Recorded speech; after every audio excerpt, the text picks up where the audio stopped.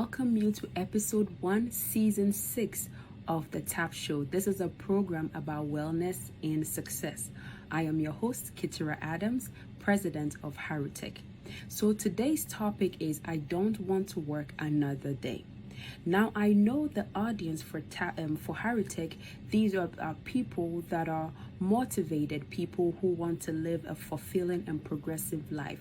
But then some people may find themselves in the position they're in, maybe the job, the season, the timing they're in, feeling unfulfilled, feeling as though things are not moving the way they want to. Society will tell you, get the job, get the degree, get that internship, get that experience, get the skill, master this, do this, and then everything falls in place. But how many of you know that that is not always the case, right? You find people making career choices or life decisions based off of money and status and quote unquote what they are qualified to do. But then they get to this job and they find it unfulfilling, feeling like it's a task, it's a chore, and they are consistently toiling. So people are wondering why they may be so disappointed in the current season that they're in. So this is where this topic comes in. We don't want to toil. We don't want to go do something that we obviously hate or don't feel fulfilled. We want to be in areas and in spaces where we feel fulfilled, where we feel like our skills and what we're interested in, the things that we're passionate about are being seen and we're working in that area. If not, you're going to feel bored. You're obviously going to feel frustrated and wanting more. So I'm talking to these high achievers, so before we go on any further, I want you to just relax. Just take a deep breath, okay? And know this, that you can make something of what you have and where you are. Right now, wherever you are, it may be frustrated, it may be a little bit fulfilling, not good. We're getting there, and some of you may love what you're doing, but whatever it is, recognize that wherever you are, there is something that you can take from what you have and where you are right now. And so all hope is not lost, okay? So I am here to share with you how to live a life that does not feel like work. How to live a life where your presence is felt. How to live a life where you own your space, where you find yourself there and you're not checking out. All right, so that's what we're going to talk about today. So I'm going to share with you 4 key things, and you've got to write this down. You've got to keep it. It is going to be game changing. It's going to be something that you would want, not only for yourself, but also to share with others. The number one thing that you want to know in regards to living a life that you can say that you are fully present, there is note this. Don't just follow dreams. You will wake up to a reality. Don't just follow dreams. You'll wake up to a reality. And so sometimes you realize that the dream you have of yourself does not match up with your reality. And so how to bring those two together brings fulfillment or breeds fulfillment, and that's what we're about to talk. What you do as an individual is, again, not to follow your dreams, but rather forge your path, model your path. Recognize that each and every person we are all different. So I may have a degree in chemistry. You may also have a degree in chemistry. We may have gone to the same school, but that doesn't mean we have the same path. And so it is up to each individual to mold their path with the experience they have, the degree, the lessons, acquired knowledge, and many others to forge your path. You're supposed to use these things to forge your path, but do not allow the degree and the experience and the lesson to, in a sense, dictate your path. You're supposed to use it to to establish that path. Recognize that each and every person's path is unique. And so the path that you're on may be unfamiliar, and a lot of times it is. If you're actually walking in the purpose that God has of you, for you, you recognize your path is so unique because it's a mixture of all about you, your experience, the things you're doing, everything in that path. So no two paths are the same. They're not alike. So don't expect somebody else's to match just yours. That is something we must understand. So for example, you are in school, you've obtained a degree in, let's say, finance.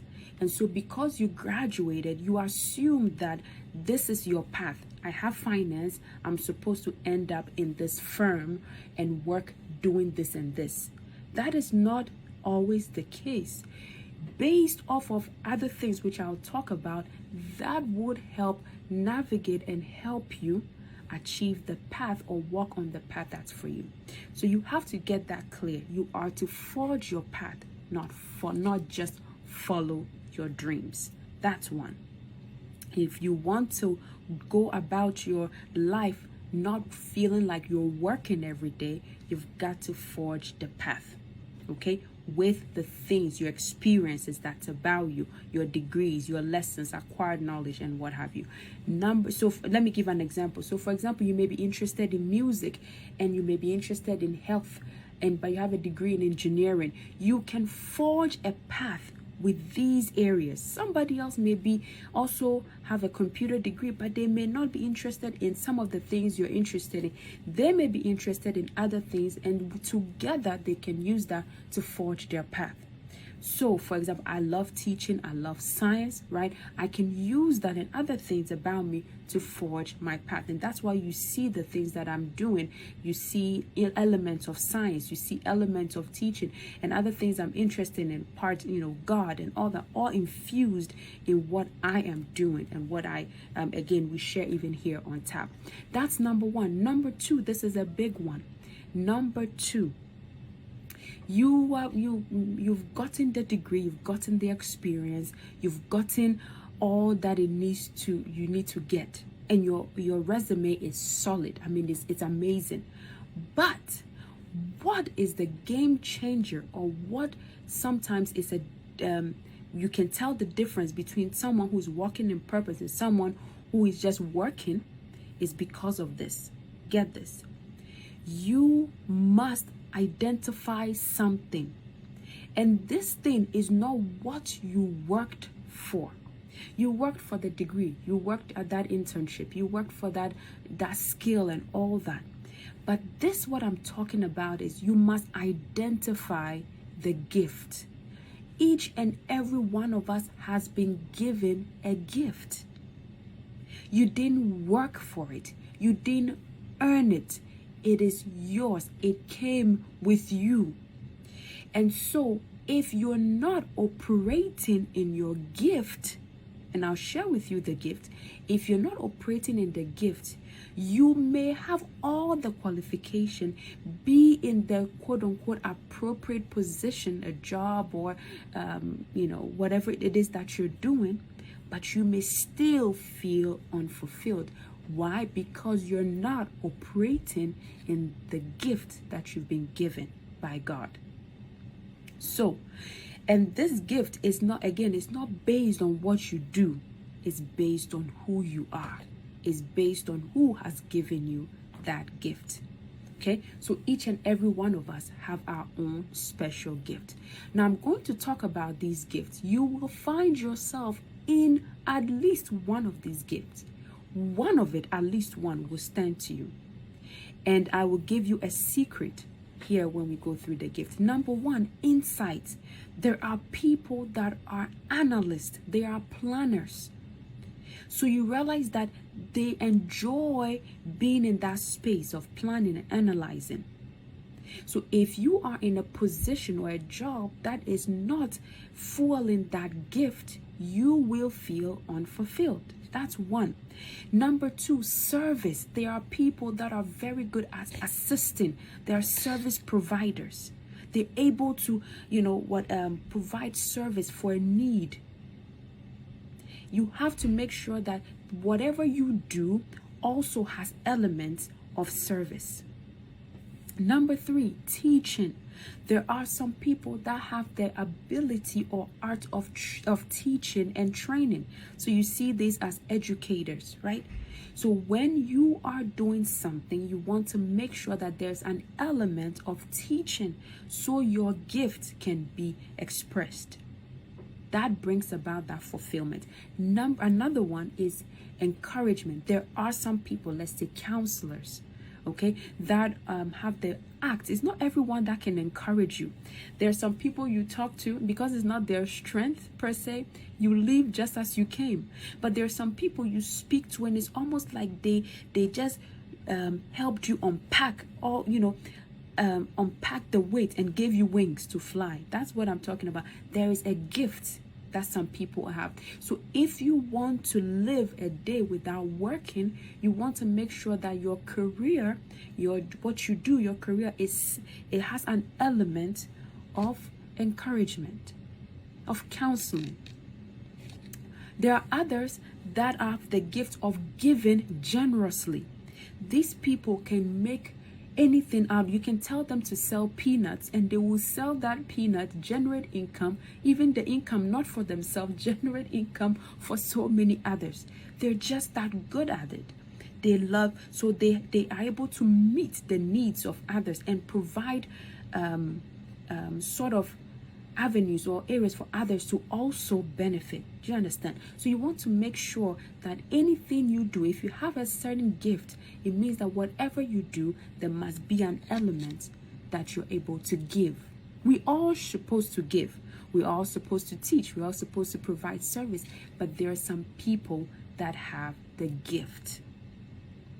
Another one is others lead with diligence. Others lead with such attentiveness. There are some managers, some supervisors that they can gather people in fact, they have a way of gathering people, and these people can do things in alignment with that leader's vision. They're able to communicate it. They're able to bring different people together to go for one aim. These are people that manage or lead people with such attentiveness. You have to make sure that you are in a position or your career has some element of that. That brings you so much fulfillment. Last but not the least, there are some people that are very compassionate. So you find some of these people, in the health field. You find them. There's just that they display that compassion and always cheerful doing that. You want to make sure that whatever you do has an element of what? Being able to show mercy or be able to show compassion. So you find these people in the health field. So imagine someone who is very compassionate, likes to work with people, find themselves behind a computer just working with numbers. They're going to be frustrated. They're not going to feel fulfilled, even though they got a degree in doing what they're doing, but they have neglected the gift. When you operate in your gift, when you identify the gift and you operate in it, you will see your true value. And when you see your true value, there's a certain level of self-esteem that comes. It's not taught in school. That confidence is not taught. You realize that a quiet person even, but shows such confidence because this is natural, it's intrinsic. They just show up and it's effortless. So if you are able to put together this gift, you've identified the gift, and you connected with your skills, you connected with your experience, your knowledge, your degree and all that, and you combine this, you will be amazed at what you'll be able to do at a given time. You realize that you're constantly filled with ideas. You realize that you are able to come up with new ideas, novel ideas. You're able to come up with spot on, things that not everyone can think about. But because of this combination you have, you realize that there's no two that's alike. But you must do yourself the service of identifying your gift. You will see a certain sense of respect. Now, there are two people. One person will say something, another person will say the same thing. But then the one person's own carry a lot more weight than the other. And the reason is because when someone is walking in their gift, coupled with experience and work that they've put, you realize that this person is no longer working. They are living in purpose. They are living in purpose. And from there, you can start to see this progressive life. It takes work, yes. You have to develop yourself. You have to do some things. But I'm saying that this is the fundamental truth that must be established in order to be able to build from there. Now that you've established, you have the degree, you have all of that, and you've established the giftings, the next thing you want to do, that's number 3, is use it. Let that gift manifest in the career field that you're in. Then what happens is others will gain from it. And as others are gaining and you're pouring out, the more and more you feel fulfilled. Someone who is not living in purpose will feel like they have to hoard everything. No. If the more you give, the more you are replenished. Because where it's coming from is not something you worked for. It is a gift. It is a gift.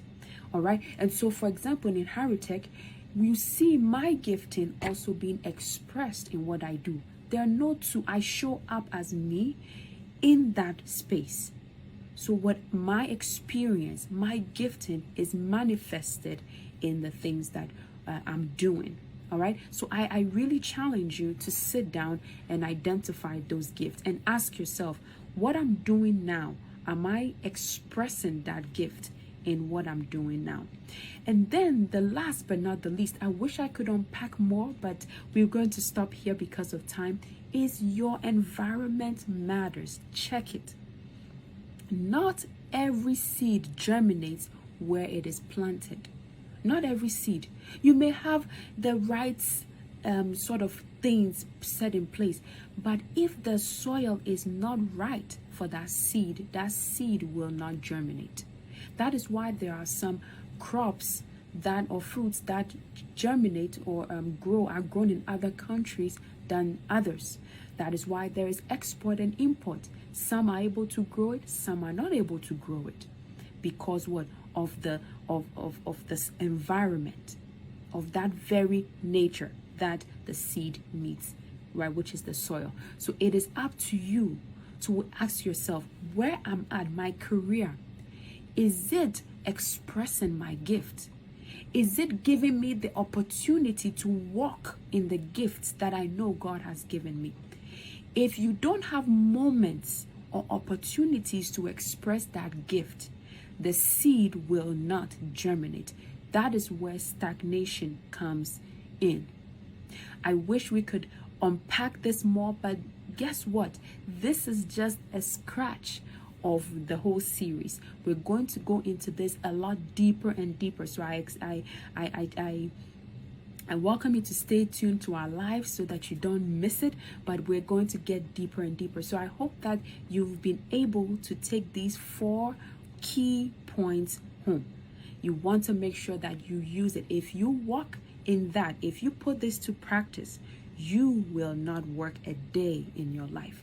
Now, this brings me to the point. I wish I could dive into this deeper. I wish I could unpack each and every one, because each and every one is already it takes time to go into it deeper. But we do all of this in the TAP course, and I keep sharing with you the TAP course because truly this TAP, which is Take Advantage of Your Potential course, is a loaded course. This is a course that helps you to discover, unveil these abilities you have, the giftings, the talent, and we also help you to develop those, and any skill sets you have, you develop it, and then we give you the necessary tools to now operate in them. So you're constantly doing this, right? We give you the right information, and you're constantly developing, you're constantly discovering, constantly developing, constantly operating, and you just keep on getting better and better. So now each and every season will bear fruit to you. Each and every season you find in your life, it may be a place that season is going to what? Help you, grow you, refine you to continually become the better version of yourself. Get this. You are a total being. What you need is already in you, that gift. Yours is to unfold continually, because there is more to you than meets the eye. So as you're constantly unfolding, you will get to see this value that God has placed inside of you to fulfill a purpose. And as you continually doing that, you will live out life and not feel like you're working, you're burnt out. You will just be going from one level of progress to the other. I hope this has been helpful. I challenge you to put this into practice. Watch out for more of this as we dive in. I don't want to work a day in my life. Thank you for joining. I've had a wonderful time as usual, and I hope you have too. Please comment and share as usual. Let us know what you're learning and how the TAP show is helping you. I would definitely like to know about, I would definitely like to get some feedback from you. Thank you so much for joining. Have a creative week, and God bless you.